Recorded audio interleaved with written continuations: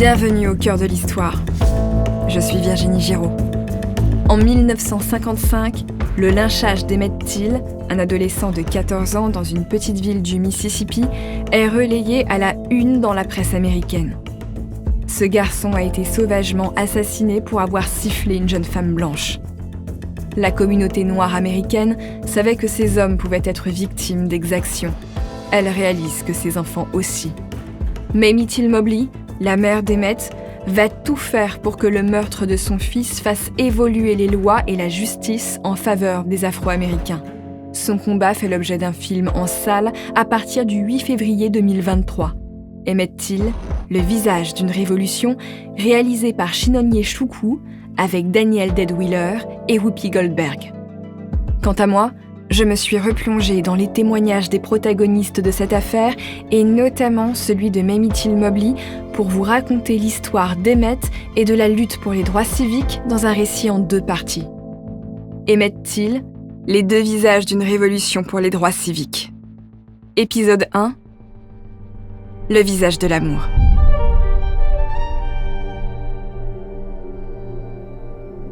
Nous sommes à Money, une petite ville du Mississippi, le 28 août 1955.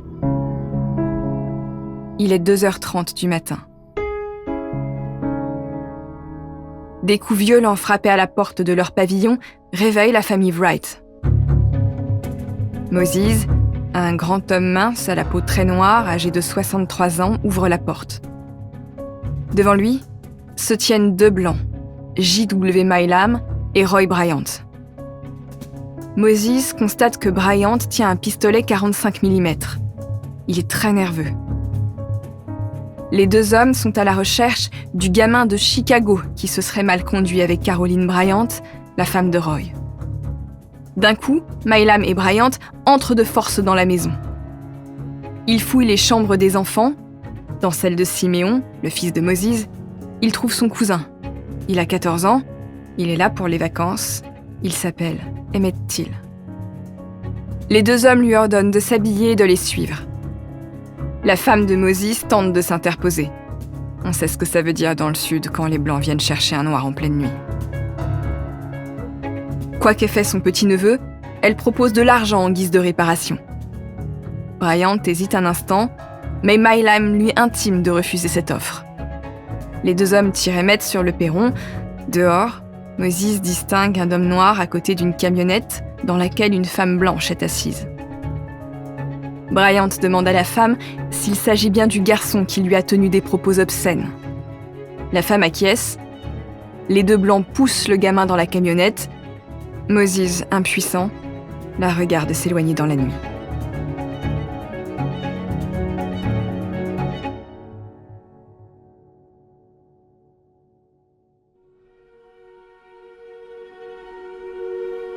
C'était un accouchement difficile. C'est toujours le cas quand le bébé se présente en siège. Mais Mamie Till, âgée de tout juste 19 ans, oublie la douleur au moment même où on lui met son bébé entre les bras.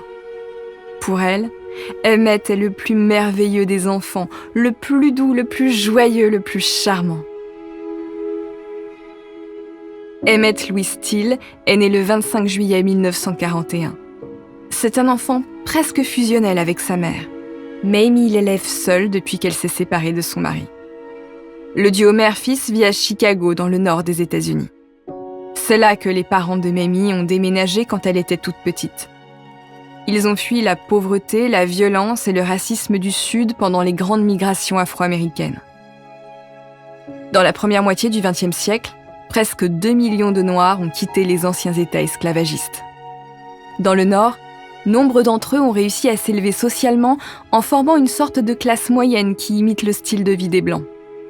Mamie elle-même a fréquenté un lycée de Blancs. Elle est la 4e Noire à avoir été diplômée dans cet établissement. Mamie a toujours été une bonne élève.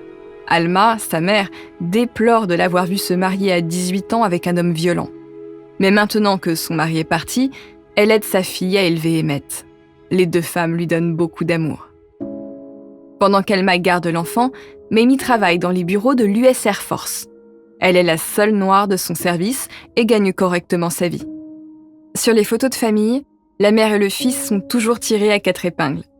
Mamie a un goût immodéré pour les strass et Emmett prend vite goût aux costumes et aux chapeaux mous comme les acteurs de cinéma.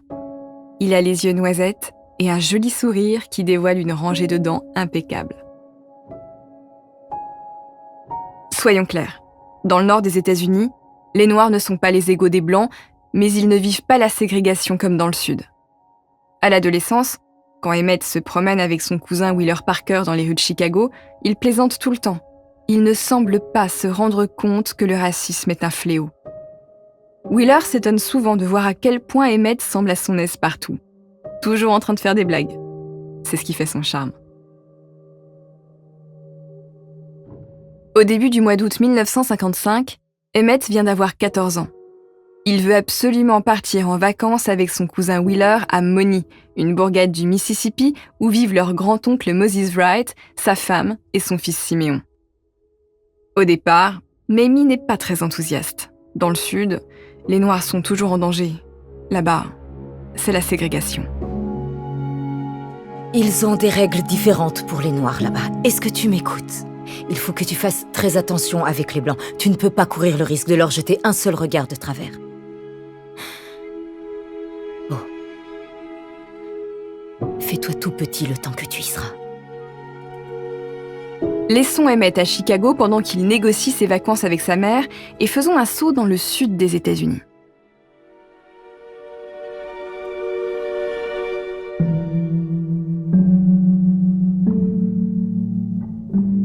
L'abolition de l'esclavage a été décrétée en 1865 aux États-Unis. La majorité des Noirs se sont retrouvés livrés à eux-mêmes. Certains sont devenus ouvriers agricoles et ont continué ce qu'ils faisaient depuis des siècles pour un salaire de misère. Dans les années 1950, presque 100 ans après l'abolition, une petite minorité de Noirs a fini par former une classe moyenne qui vit comme les Blancs sans se mélanger à eux. Mais la majorité écrasante des Noirs du Sud est ghettoisée dans des bourgades ou des quartiers aux allures de bidonville. La misère, les maladies et l'alcoolisme font des ravages. Les membres du Ku Klux Klan, une société terroriste suprémaciste blanche maintes fois dissoute et refondée, pratiquent des lynchages pour un oui ou pour un non. Dans l'État du Mississippi, plus de 500 personnes ont été lynchées. Les Blancs les plus racistes s'autorisent de fréquents passages à tabac des Noirs. Parfois, c'est seulement pour leur plaisir. De toute façon, qui oserait mettre un Blanc en prison pour ça dans le Sud ? Depuis 1877, les lois de Jim Crow imposent la ségrégation dans les États du Sud. Depuis, les Blancs et les Noirs ne se mélangent plus. Ils forment deux communautés qui vivent côte à côte. Il y a des restaurants pour les Blancs et des restaurants pour les Noirs. Des fontaines pour les Blancs et des fontaines pour les Noirs. Des toilettes pour les Blancs et des toilettes pour les Noirs. Le racisme est violent, écrit dans la loi, et il en devient presque naturel.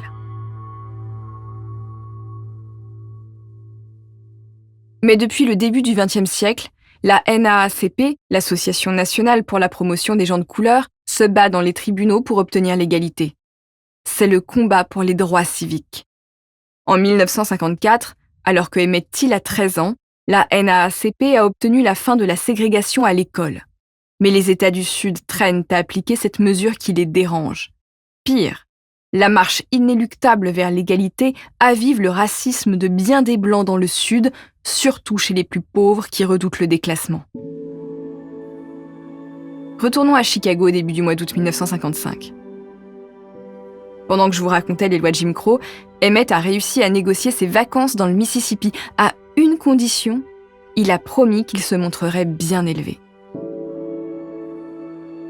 Le jour du grand départ, Mamie accompagne son fils à la gare. Alors qu'Emmett s'apprête à monter dans le train sans l'embrasser, sa mère le retient. Et s'ils ne se revoyaient jamais ? Il faut un dernier baiser. Emmett demande à sa mère de ne pas plaisanter avec un tel sujet. Ça l'effraie. Il la serre dans ses bras, enlève sa montre de son poignet et la tend à sa mère. Ça lui fera un souvenir. Et puis le train s'en va et Mamie quitte la gare pour vaquer à ses occupations. Emmett et son cousin Wheeler Parker arrivent à Money le 21 août.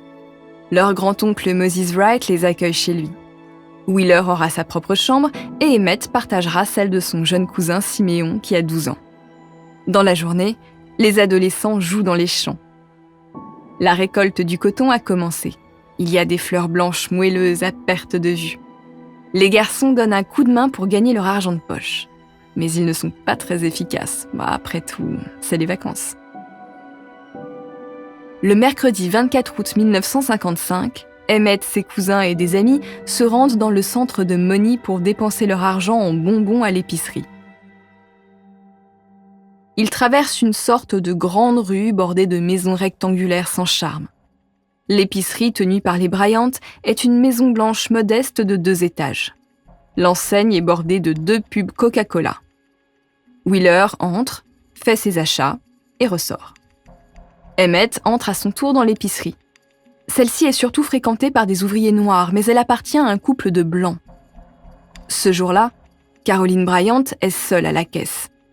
Cette fille de fermier âgée de 21 ans est une brunette maigrichonne au nez busqué. Elle a déjà 2 enfants, son visage semble usé avant l'heure. Même si elle est très amoureuse de son mari, elle n'a certainement pas la vie dont elle rêvait.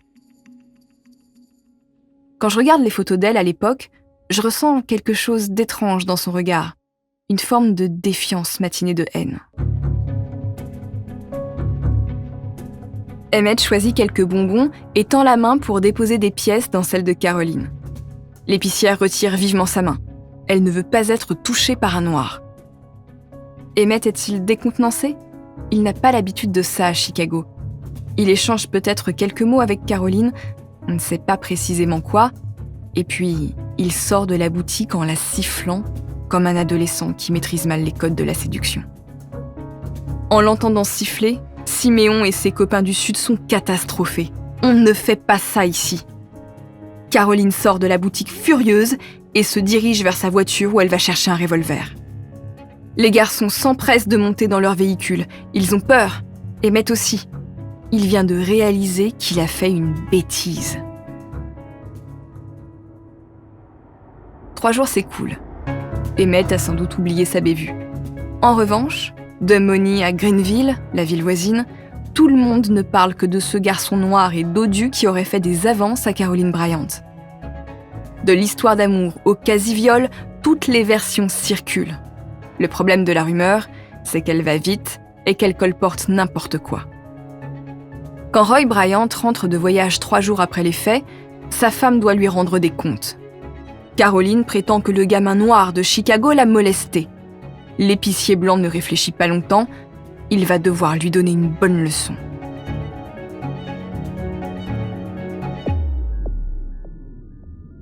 Le dimanche 28 août 1955, à 2h30 du matin, des coups donnés contre la porte réveillent les Wright et leur petit-neveu. Bryant et son demi-frère, J.W. Milam, exigent de voir le gamin de Chicago. Depuis la camionnette garée dans le jardin, Caroline affirme que c'est bien lui qui s'est mal conduit avec elle. Bryant et Milam obligent Emmett à monter dans leur véhicule et quittent le domicile des Wright dans la nuit. Ils roulent jusqu'à un entrepôt situé sur la plantation Sheridan. Moses, sa femme, Siméon et Wheeler sont terrifiés. Ils pensent qu'Emmett va se prendre une bonne raclée et puis il rentrera à la maison. Les heures passent et Emmett n'est toujours pas rentré. Son cadavre est retrouvé 3 jours plus tard dans le bayou. On a lesté son corps en l'attachant avec du fil barbelé à un ventilateur de machine agricole avant de le jeter dans la rivière Tallahatchie. Le shérif prend ses dispositions pour vite faire inhumer le cadavre. Il espère que son histoire sera enterrée avec lui. C'est sans compter sur la détermination de la mère d'Emmett Till.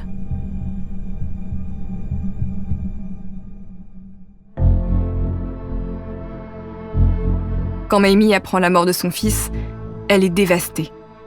Elle a l'impression que la vie se retire d'elle. Et pourtant, en même temps, une force incroyable la pousse à aller de l'avant.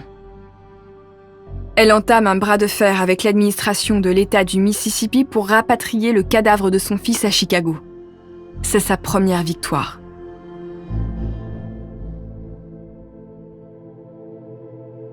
Quand elle récupère les restes de son fils à la gare de Chicago, Les journalistes sont présents. Les photographes immortalisent ses hurlements au moment où la caisse contenant les restes de son fils lui est rendue. Quand elle arrive au funérarium, Mamie se retourne face à l'employé des pompes funèbres, M. Reiner. Elle lui demande d'ouvrir le cercueil. Elle veut voir le visage de son fils. La réponse de Reiner va la sidérer.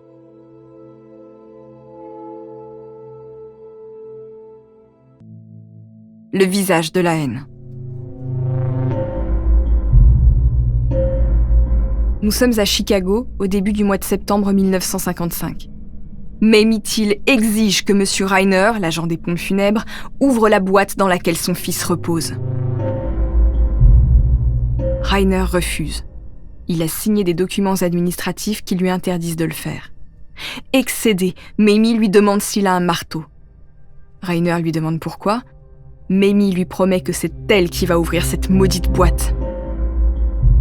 Reiner demande finalement à Mamie de revenir plus tard aux pompes funèbres. Il va s'arranger. Accompagnée de ses proches, Mamie retourne au funérarium plus tard dans la journée. Depuis l'extérieur, elle perçoit une odeur épouvantable, l'odeur caractéristique de la pourriture. Mais elle est si forte qu'on la sent à 2 pâtés de maison du funérarium. Cette odeur, c'est l'odeur de son fils. La boîte avec ses restes a été ouverte. Mamie regarde le visage de son enfant. Mais le beau visage souriant d'Emmett a disparu. Son fils est boursouflé. L'oreille droite a été arrachée.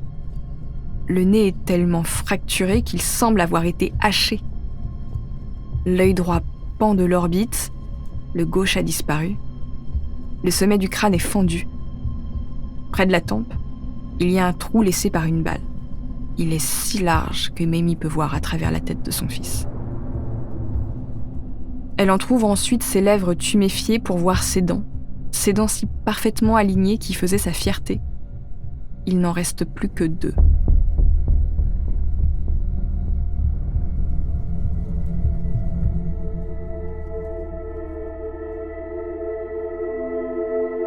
Mamie constate de ses yeux avec quelle violence son enfant a été tué.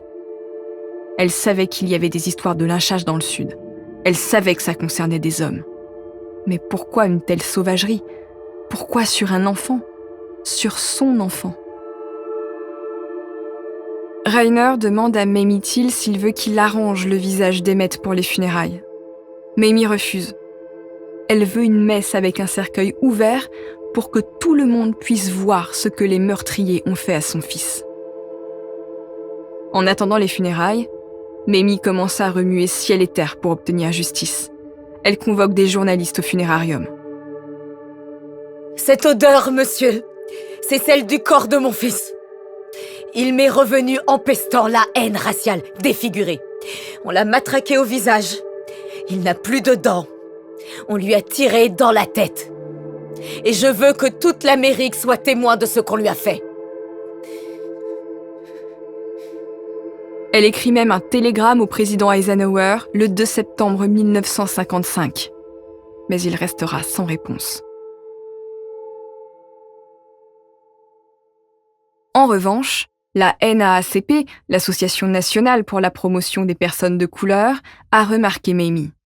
La NAACP lutte pour l'égalité et l'obtention des droits civiques pour les Noirs devant les tribunaux.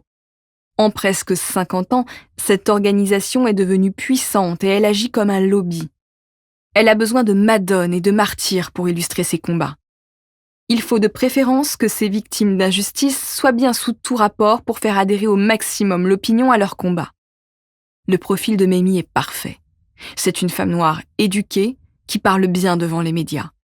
Son fils, qui ne connaissait pas la ségrégation, a été lynché dans le Sud pour une broutille. La NAACP se rapproche de Mamie et lui apporte son soutien dans son combat. Les photos de votre fils, dans ce magazine,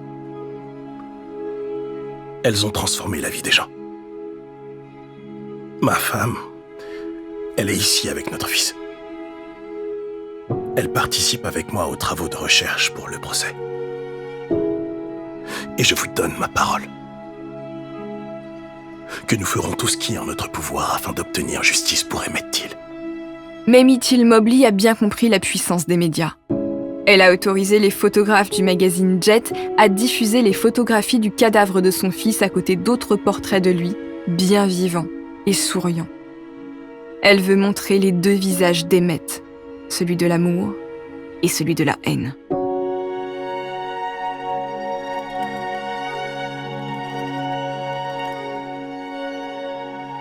Jet Magazine dispose d'un important lectorat dans la communauté afro-américaine. Tous les Noirs d'Amérique, même ceux du Nord, prennent la mesure de la violence des lynchages, du fait que des racistes blancs puissent même tuer un adolescent. En termes de communication, on pourrait dire que c'est un coup de maître. Dans les faits, ça n'enlève rien à la violence de son deuil. D'autres journaux relaient bientôt l'affaire. Toute la presse parle désormais d'Emmett Till. Ses funérailles ont lieu le 6 septembre 1955. Après le service, le cercueil reste quelques heures à l'église pour que tous ceux qui ont fait le déplacement puissent le voir. 50 000 personnes se succèdent devant le cercueil blanc ouvert sur le visage d'Emmett déformé par le racisme. Devant lui, les femmes s'évanouissent. Son cousin Wheeler peine encore à réaliser ce qu'il s'est passé.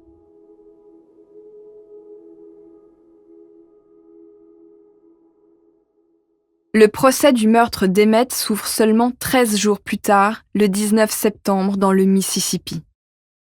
La police locale, la NAACP et les journalistes ont enquêté chacun de leur côté pour trouver des témoins et faire la lumière sur cette affaire. Lorsque Mamie Till arrive devant le tribunal, elle remarque un attroupement d'hommes blancs qui la fixent en faisant des bruits d'armes à feu. Elle reste digne malgré les intimidations. Le tribunal est plein de curieux. Les Blancs sont assis sur les bancs, les Noirs se sont massés debout au fond de la salle. Sur les bancs des accusés, il y a Roy Bryant, 29 ans, et son demi-frère, J.W. Milam, 40 ans, tous deux accusés de kidnapping et de meurtre. Ils sont tous les deux accompagnés de leur épouse et de leurs enfants en bas âge. C'est l'image de la parfaite petite famille blanche. Dans le tribunal, la chaleur est étouffante. Tout le monde est en nage, mais personne ne veut perdre une miette du macabre spectacle. Moses Wright, le grand-oncle d'Emmett, est appelé à la barre. Courageusement, il désigne Bryant et Milam du doigt. Ce sont eux qui sont venus enlever Emmett. Dans le Sud ségrégationniste, oser parler est un véritable acte de rébellion. La NAACP a aussi trouvé un témoin oculaire, un jeune homme noir de 18 ans qui se trouvait près de la plantation Sheridan. Celui-ci affirme que Bryant et Milam, assistés de 2 autres blancs et de 2 noirs, ont passé Emmett à tabac avant de le tuer. Quand les meurtriers se sont aperçus de sa présence, ils l'ont fait déguerpir en menaçant de le tuer à son tour. Arrive enfin le tour de Caroline Bryant. Mamie refuse de l'entendre et sort de la salle du tribunal. Vêtue d'une sage robe noire à col Claudine, Caroline témoigne de manière décousue. Ce n'est pas exactement la même version qu'elle a donnée à la police au moment de sa déposition. Là, elle raconte que Emmett l'a prise par la taille et lui a fait des avances obscènes. Il lui aurait notamment dit qu'il avait déjà fréquenté des femmes blanches. Et puis, il est sorti de l'épicerie en la sifflant. Quand on lui rapporte le témoignage de Caroline Bryant, Mamie Till est atterrée. Elle n'a pas élevé son fils comme ça, il n'agissait pas comme ça. Madame Bryant ment, elle en est sûre.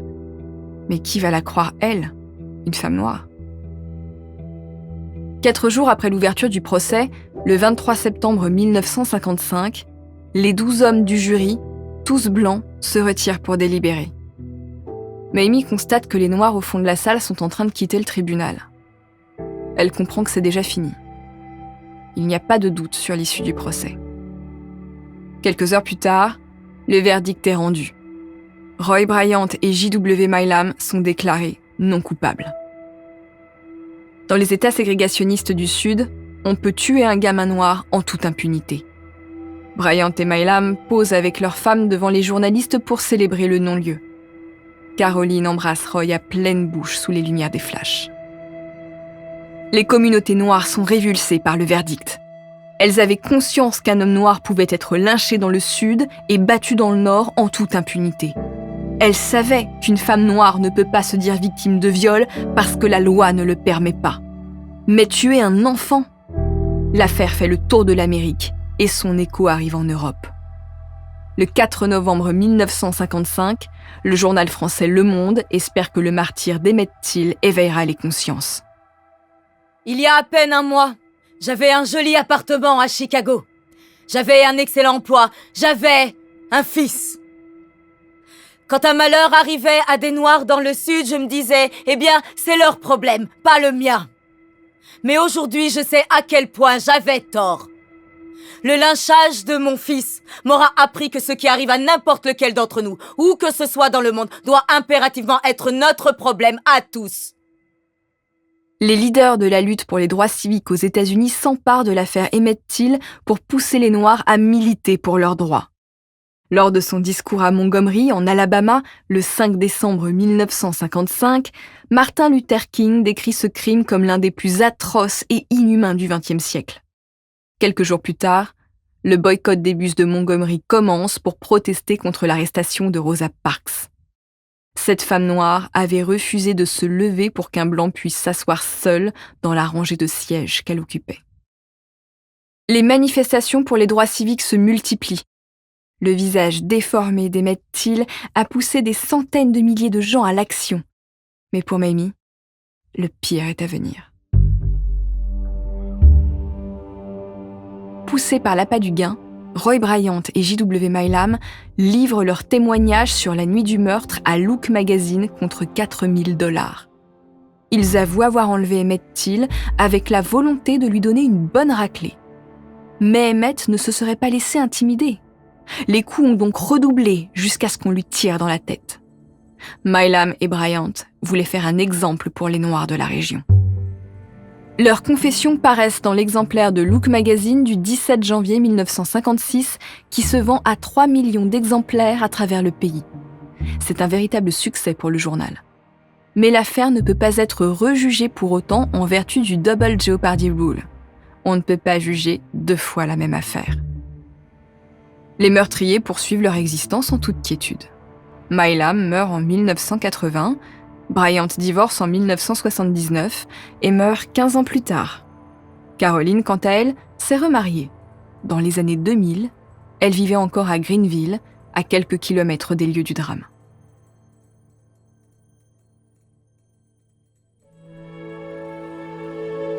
Pour les Noirs, le meurtre d'Emmett n'a pas été vain si on regarde l'avancée des combats pour les droits civiques.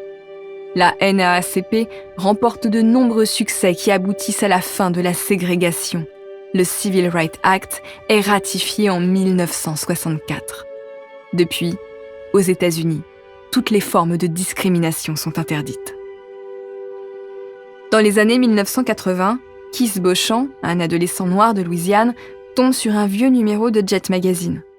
Il est bouleversé par les photos du cadavre d'Emmett Till. Devenu adulte, il rencontre les témoins et réalise un documentaire sur cette affaire. Ses recherches permettent de rouvrir une enquête fédérale en 2004. Le FBI constate qu'une douzaine de personnes seraient impliquées dans la mort de l'adolescent et que 5 d'entre elles sont encore vivantes. Parmi elles, il y a Caroline. En 2017, elle confesse finalement à un historien avoir menti. Emmett ne lui a pas fait d'avance. Il ne lui a pas tenu de propos obscènes. Il l'a seulement sifflé, comme l'ont attesté ses cousins Wheeler Parker et Simeon Wright. Emmett Till, 14 ans, a été lynché pour avoir sifflé une femme blanche.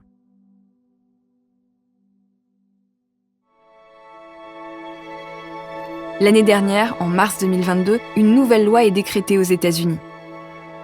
Elle fait du lynchage un crime fédéral. Cette loi s'appelle Emmett Till Anti-Lynching Act.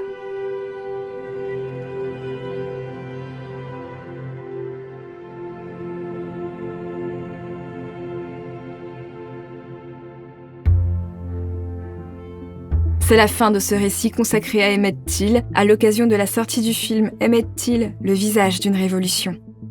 Il est à voir dans les salles obscures dès le 8 février 2023 pour découvrir avec un autre regard cette histoire vraie.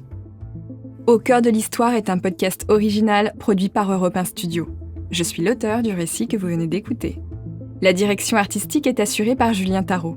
Cet épisode a été réalisé par Clément Ibrahim. Julien Tarot a composé la musique originale ainsi que les musiques additionnelles avec la complicité de Sébastien Guidis. Kelly Decroix est chargée de la communication et Héloïse Bertil de la diffusion. Sidonie Mangin a créé la nouvelle identité visuelle d'Au cœur de l'histoire. À bientôt!